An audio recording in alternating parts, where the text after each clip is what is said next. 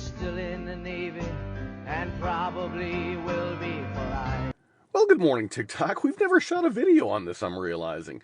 You know how many people are in this same situation? They bought a 6.0, they bought another 6.0, maybe. Then they bought a 6.7. Maybe not something like this, but, whatever. But something happens, and you're just like, that 6.7's pretty nice. It is. I've done this to it, I've done that to it. I've beefed it up this way, I've beefed it up that way. I left it stock, whatever I did. But there's just something about that 6.0. Yeah, they're just fun. They're not cramped under the hood. They're easy to work on. You learn a couple things and you're like, you know what? This all makes sense to me now. I get it. O-rings. I can't expect them to last 100,000 miles and more without having a problem. I should probably get in there before I have a problem, huh?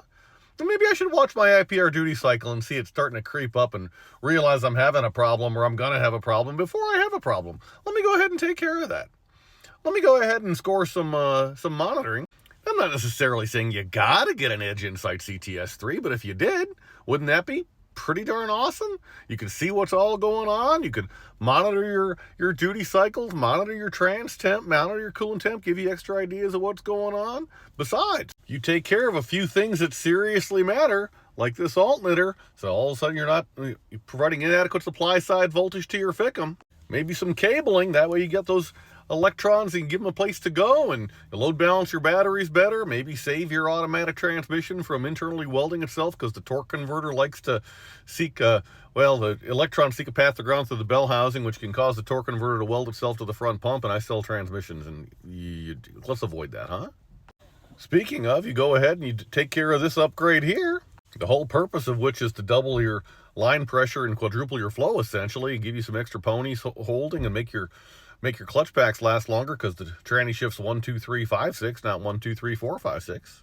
Besides which, you were kind of jealous of the 6.4 guys because they got a deeper pan, and well, with that deeper pan comes 15 microns worth of filtration and not 149, and well, that just seems better to me. Then after you do all that, go ahead and rent a FICM tuner, and then you realize, you know what? God does love me. He wants me to be happy. Thank you, Bill, over at PHP, Angela. We appreciate you guys. Now I can put a smile on my face that it doesn't cost me a 401k withdrawal to do it. Not bad. So life is good and getting better. And if at the end of the day, you realize that 6.0, it's got a following for a reason, It's just awesome. Crazy power, easy to work on, reliable after you know a couple of things. Maybe you'll join the club too, and you can be defending these incredible workhorse machines, kind of like we do. All right, guys. Well, if you're running into a problem with your truck and you need help, recognize this isn't rocket science. It just isn't. We've been around the block a time or two. We're happy to help you. And we're happy to help you talk you off the ledge, too. You don't need to put studs in your truck. You just don't. I mean, if you blew a head gasket, what were you doing? But, that's okay. But, keep your oil temps under 230. You'll save yourself from that head job, and that's a win. And, run monitoring gauges and give yourself early indication of what's going on. But, live within the confines of what you got. But if you're running 205 100s without studding your truck, man, I got nothing for you. Well, I do. I got a set of heads. But, live within the confines of what it is. And if you want to run those 205 100s, you want to run, something massive, or even 205 30s, stage 2 cam and all that. Well, let's go ahead and set you up right. Let's go ahead and hook you up with those heads and hook you up with those ARP studs and hook you up with that bigger turbo and that fuel system and that regulated return and that larger radiator and the upgrades to the transmission that all support your desire for this power. But if you put the power in first and you don't go ahead and take care of the stuff, the foundational things that support these mods, just don't bellyache when you have problems, okay? Own your stuff. It's not that hard. So, but if you need design assistance, you need to figure it out, you need some help, drop us a note.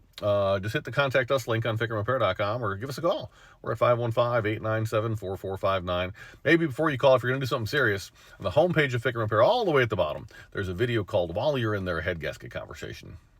If you're ready to do something serious, maybe you want to watch that video. It's like 40 minutes, 42 minutes, something like that. And there's a link on the bottom. gets you, kind of give you an idea of what you're up against, and kind of take it from there. All right? So we're going to spend just as much time trying to talk you out of stuff, ask you if you're sure about 25 times before you pull the trigger on that, though. So just know that the goal is not to sell you, it's to tell you. Then it's up to you. But we sell everything from essentially everyone. And, if you're like us and you have a 6.0 and then you have another 6.0 and maybe another one, you pick up a 6.7 and you're just like, it's just not the 6.0. It just isn't. Just know that you're not alone.